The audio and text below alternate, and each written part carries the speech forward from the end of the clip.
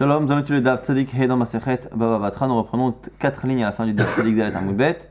Tashma, on essaie encore une fois d'objecter ou d'apporter des preuves à Ravuna. Rappelez-vous que Ravuna disait que lorsque quelqu'un cherchait à être malhonnête, on le punissait non seulement sur la partie qu'il a voulu gagner de manière malhonnête, mais en même temps sur ce qui était normalement quelque chose d'autorisé. Donc on a dit l'exemple, c'était une personne qui vend une récolte. Lorsqu'elle vend une récolte, on tolère un certain taux de déchets, on a dit jusqu'à un 24e, lui en a plus, et on avait dit que du coup, lorsqu'il doit maintenant trier et filtrer, il devra rendre non seulement la partie en plus d'un 24e toléré, mais même le 24e qui habituellement est toléré. Tashma détané, Ravin bar Rav Nachman. Enseignement, une braïta de Ravin, le fils de Rav Nachman.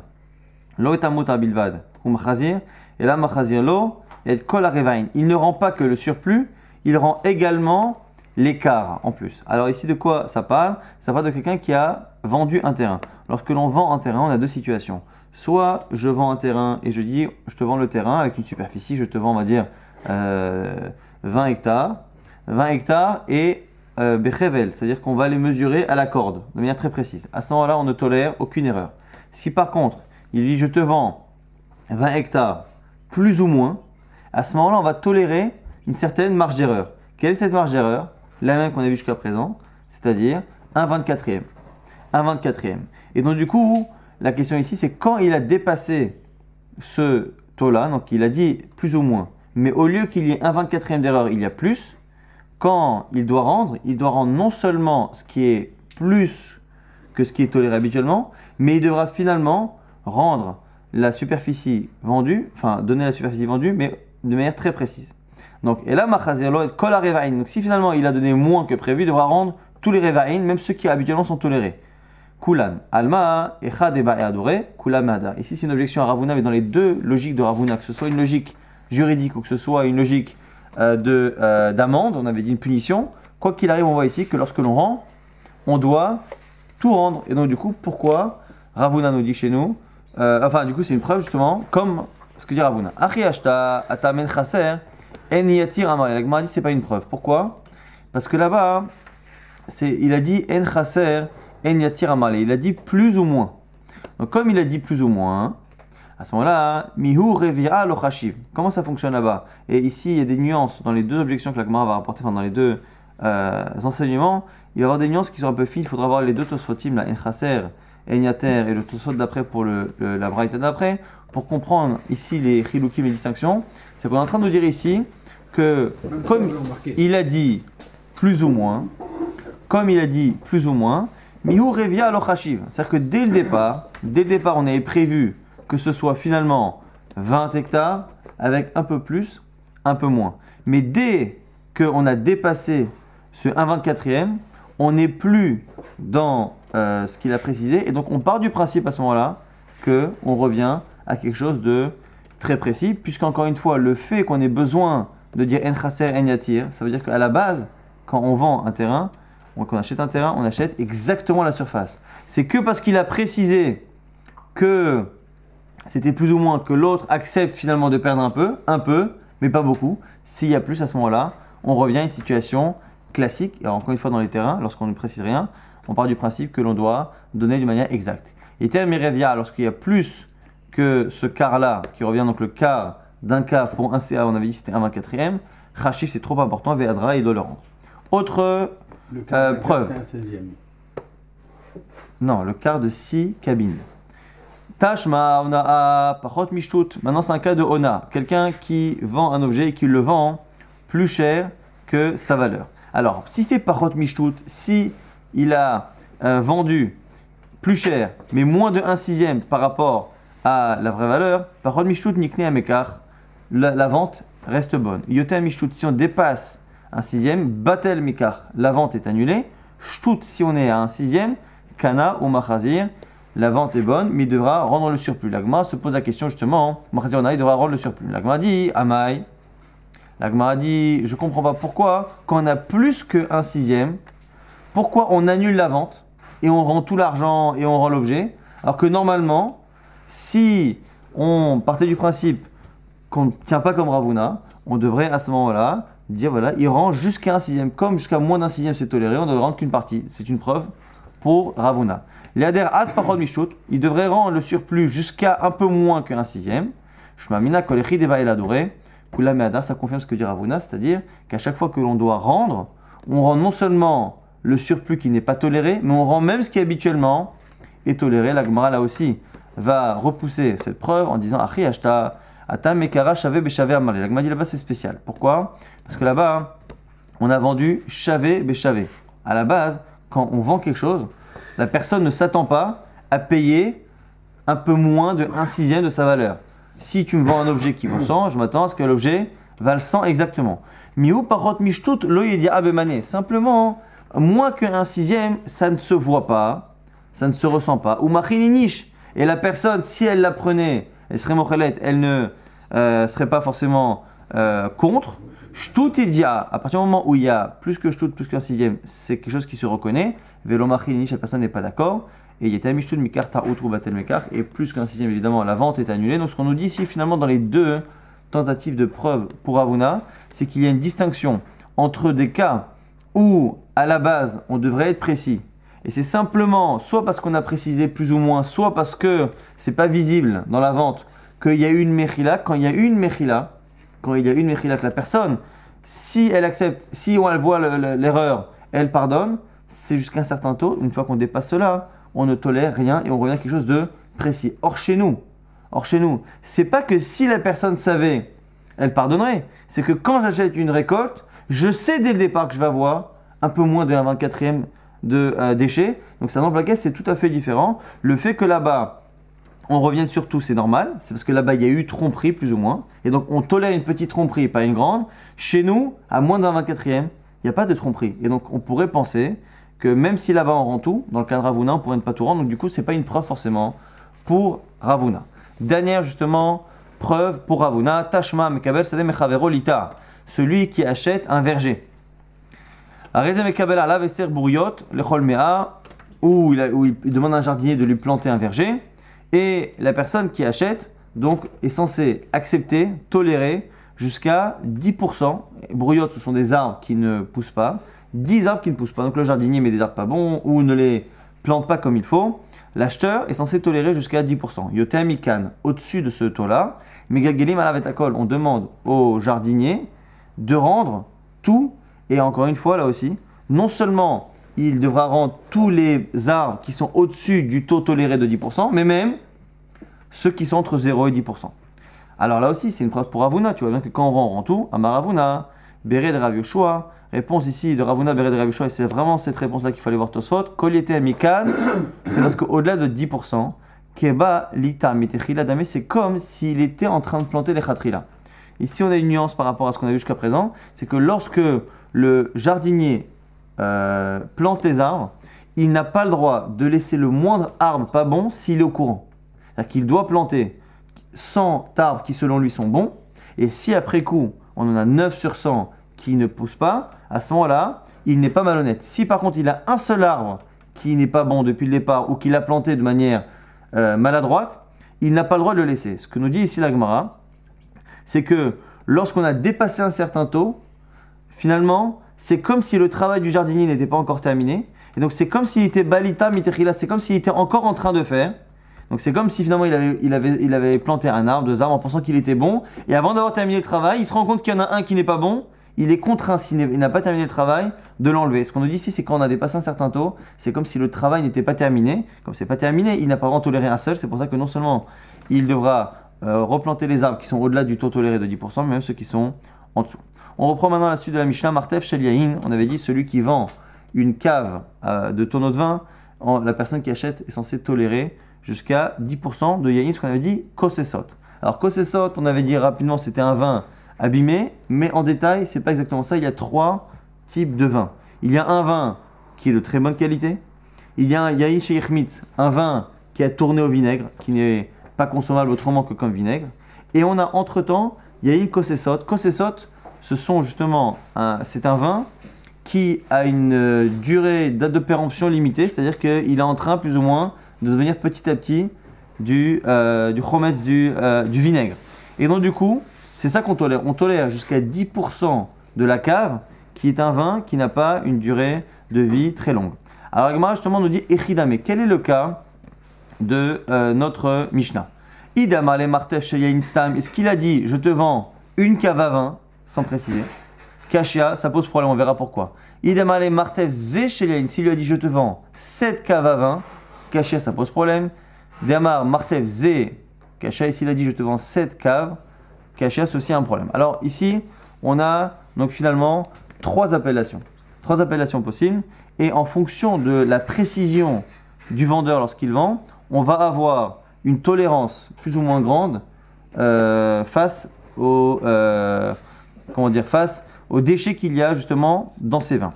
On a une cave à vin dans laquelle il y a un certain pourcentage qui est supérieur à 10%. Si la personne lui dit je te vends, je vous dis d'abord à l'oral ce qui est marqué dans la Braïta et ce sera plus facile pour comprendre la suite. Si la personne lui dit je te vends 7 caves, il ne précise pas le mot vin, il dit je te vends 7 caves. On verra par la suite que comme il a dit 7 caves, il la vend telle qu'elle est.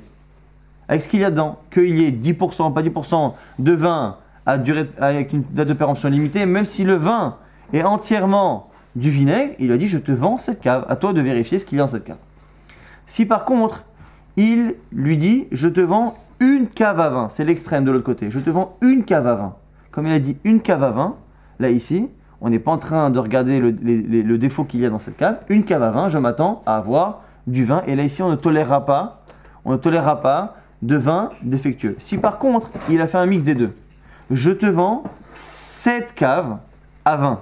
7 caves donne l'impression que j'accepte cette cave, quels que soient les défauts. Mais comme il y a marqué vin, il faut tout de même qu'il y ait une certaine proportion importante de vin de qualité pour que ce ne soit pas contradictoire. Et c'est ce qu'on nous dit ici dans la Braïta. Détania. Martef shel yain animochalar. S'il lui dit je te vends une cave à vin, sans préciser celle-ci, noten lo, yain shekulo yafé. Il devra lui donner un vin qui est entièrement bon et qui dure. Martef ze shel yain. Si par contre il a dit je te vends 7 caves à vin, le vin montre qu'il doit être de bonne qualité, mais il a dit celle-ci. Celle-ci vient nous montrer que l'on peut peut-être éventuellement tolérer un certain déchet. Animochalecha. Noten lo yain animka bachanut. Il va lui donner l'équivalent de ce qui se vend dans un magasin. Or, lorsque l'on vend à un magasin en général, le magasin va avoir un débit important. Et donc, comme il va vendre son vin dans les semaines, dans les mois qui suivent, le magasin qui achète un vin ne cherche pas forcément à avoir un vin qui tient longtemps. Martev ze animochalar, le cas extrême, donc c'est le cas où il dit je te vends 7 caves sans préciser le mot vin. À ce moment-là, filou kulo chomes et guiro. Même si toute la cave est faite de vinaigre, cela est bon, ce qu'on vient de dire à l'instant à l'oral. Donc du coup, la Gemara se pose la question. Chez nous, quand on dit qu'on tolère 10%, ça ne correspond à aucun des cas. Le premier cas, il faut que tout le vin soit bon. Dans le second cas, tout le vin peut être périssable rapidement.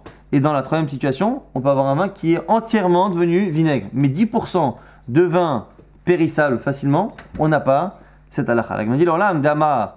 Les martef shel yain stam, la Gemara dit non, en fait, il faut dire que c'est le premier cas, c'est une cave à vin. Et il faut dire que quand, au début de la Braïta, on a dit que quand il dit je te vends une cave à vin et qu'il faut que le vin soit bon, il faut qu'il soit bon de manière générale à 90%, mais que 10% périssables sont tolérés. La Gemara dit la Gemara dit attends, ok, tu as réussi plus ou moins à faire coller cette Braïta avec cette Mishnah. Le seul problème, c'est que on voit que ce pourcentage n'existe pas dans cette braïta de Rabbi Chia qui dit que celui qui vend un tonneau de vin est censé avoir un tonneau qui est entièrement bon. Si le fond du vin n'est pas bon, ça ne marche pas. La Gemara dit Shaner Chavit Dekula Hadchamraou. La Gemara dit non, tu ne peux pas comparer la vente d'une cave à la vente d'un tonneau. Un tonneau est censé provenir d'un même vin, être composé d'un même vin, et donc il est tout à fait logique qu'il y ait une certaine homogénéité, donc on ne tolère pas un pourcentage lorsqu'on a affaire à une cave. On sait très bien qu'on a affaire à des tonneaux qui proviennent de plusieurs récoltes, et donc là, à ce moment-là, on peut tolérer un pourcentage. Donc ce n'est pas une objection. Par contre, l'objection sérieuse, c'est une autre braïta. C'est une autre braïta. Alors on va rappeler déjà ce qu'on a dit dans la braïta précédente. On a dit qu'on avait trois situations. Soit il a dit je te vends une cave à vin. On a dit il faut qu'il soit bon. Et à cause de la Mishnah, on avait adapté en disant avec 10% de périssable. S'il lui dit à l'opposé, je te vends 7 caves, on tolère tous les défauts possibles. S'il dit je te vends 7 caves à vin, on fait entre les deux. Et à ce moment-là, c'est comme ce que l'on vend pour les commerces, c'est-à-dire un vin qui est entièrement périssable, mais qui est tout de même bon à consommer à court terme. Maintenant, on a un problème avec une autre braïta. Hatane Rav Zevid Debe de Rabbi Oshaya. Là, ici, ça va être un peu technique parce qu'on va comparer les deux braïtot. Donc, une braïta de Rav Zevid qui dit au nom du Beth Midrash de Rabbi Oshaya, Martev Shel Yayin Animocha Alecha. Donc, on va faire un peu, il va falloir user un peu de sa mémoire. Martev Shel Yayin, une cave à vin Animocha Alach, Notenlo Yayin Shekulo Yafe. Il devra donner un vin qui est entièrement bon. On pourrait l'expliquer que ça inclut les 10% comme on a fait dans la braïta précédente. Le seul problème, c'est que la suite de la braïta nous l'empêche. Martev Ze Shel Yayin, s'il a dit Ze, cette cave à vin, Animocha Alecha, et c'est là que la Braïta introduit la tolérance de 10% de vin périssable, ce qui montre que dans la situation précédente, ça ne l'était pas. Donc là, on va avoir un vrai problème. Et au passage, on tourne la page et la Gemara nous dit que c'est ça le Otsar que les Chachamim parlent en général dans la Mishnah, c'est ce genre-là de vente. En tout cas, et la Matitin, Nami de Amarle Ze. Première question d'abord, c'est par rapport à la Mishnah. On avait dit quel est le cas de notre Mishnah. Alors on n'a qu'à dire que c'est Zé. Donc c'est quelqu'un qui finalement, selon cette braïta, a dit je te vends 7 caves à 20. Et on a dit là on a exactement le cas de la Mishnah, ça compte là 10%.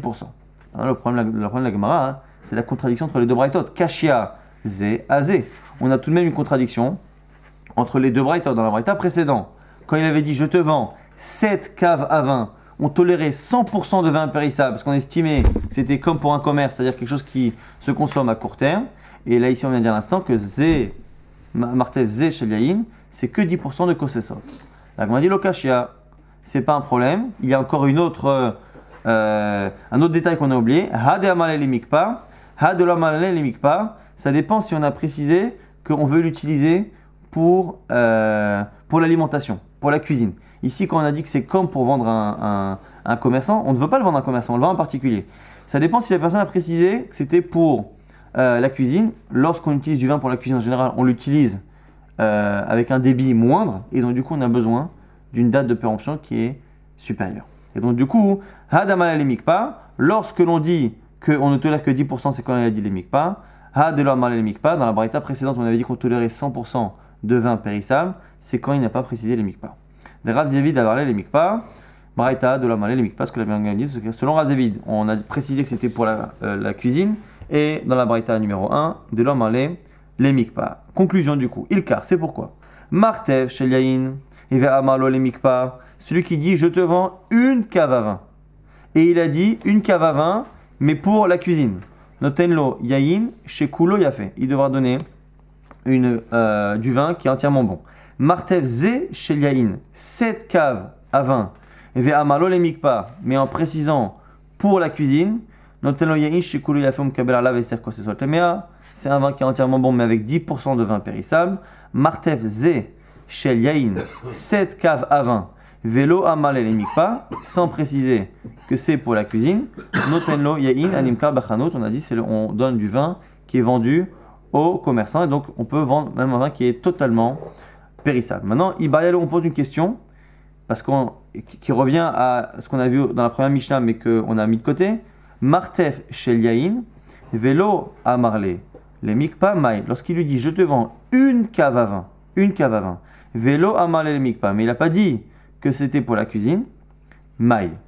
Quel est le cas? Puisque finalement, on ne sait pas exactement comment expliquer la première Mishnah. On avait voulu au départ l'expliquer, la première Braïta, en allant avec la Mishnah. Après, on a un problème avec la seconde Braïta. Donc, la Gemara nous dit que Pligeba, Ravacha et Ravina, c'est une marque entre Ravacha et Ravina. Chadama mekabel, et Chadama lo mekabel. Donc, ici, on a la personne qui a dit Martef shel yayin en disant une cave à vin.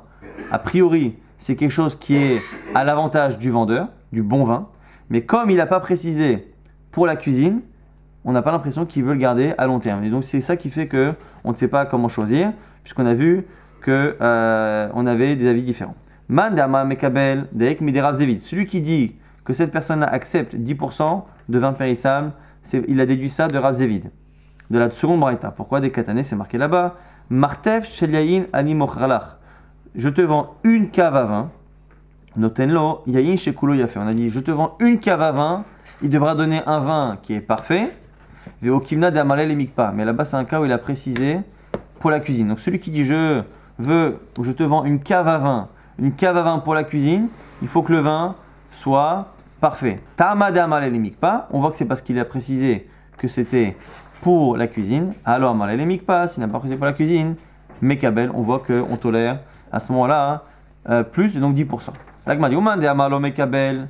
Ah, et celui qui dit qu'il n'accepte pas, Dayek mi braïta, il fait un diouk de la première braïta. Des katané, c'est marqué là-bas. Martev sheliain ani mochalach. Je te vends une cave à vin. Là-bas, on avait dit dans les mots que c'était noten lo ya'ish et kulo yafe. Il devra donner un vin qui est entièrement bon. Même si à un moment donné, on avait voulu expliquer que c'était avec une tolérance de 10%, c'était pour le mettre en accord avec la Mishnah, mais finalement, on n'en avait pas eu besoin. Et là-bas, on dit quoi? Vokimna, on dit là-bas que Delo Demarle les mikpa, que c'est un cas où il n'a pas précisé que c'était pour la cuisine. Donc du coup, on a deux déductions qui peuvent arriver à des conclusions différentes. L'Agmara va essayer de comprendre comment chacun supporte l'objection différente. On s'excuse de la technicité de ce daf. C'est assez rare en ce moment, mais ça peut arriver. Ulman dédiek midé Rav Zevid. Kashia Braïta. Celui qui fait le diouk de Rav Zevid, de la seconde Braïta de Rav Zevid, il a un problème avec la première Braïta qui parle d'un cas où la personne n'a pas précisé que c'était pour la cuisine et on voit bien que c'est Koulo Yafé. L'Agma dit, il faut la corriger. Il faut rajouter des mots.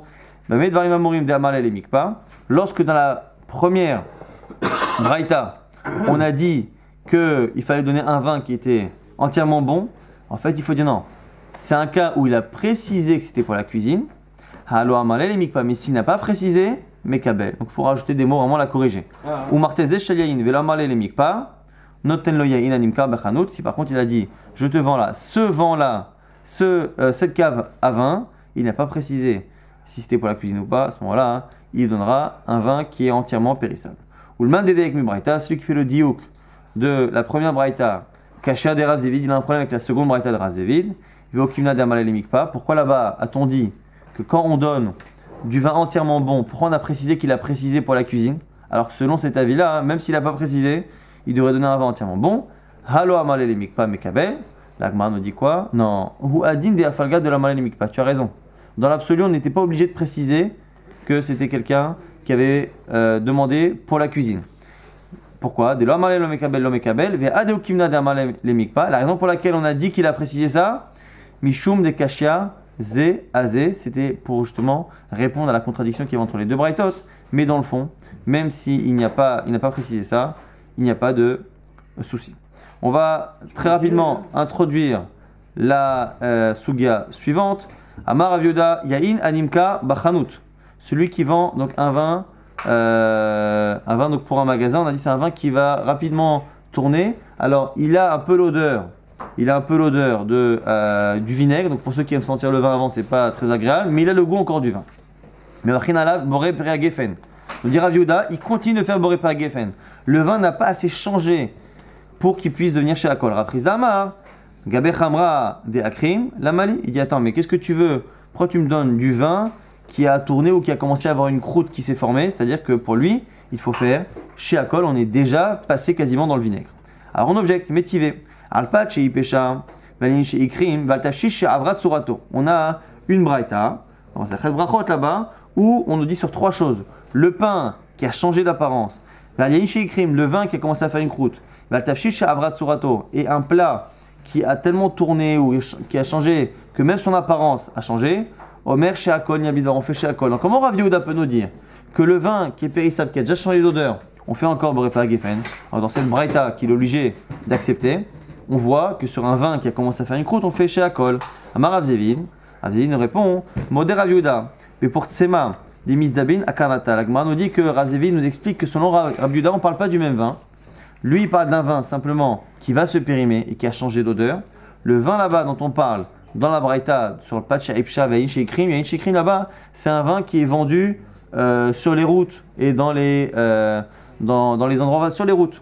Sur les routes, les gens font pas tellement attention à la qualité du vin, donc c'est un vin vraiment de très mauvaise qualité. C'est un vin qui a vraiment changé de goût, comme il a changé de goût ici, c'est chez Akol, et tant qu'il n'a que l'odeur et que c'est sa date de péremption qui est modifiée, selon Rav Yehuda, on peut continuer de dire Boré, Peri, Hagefen.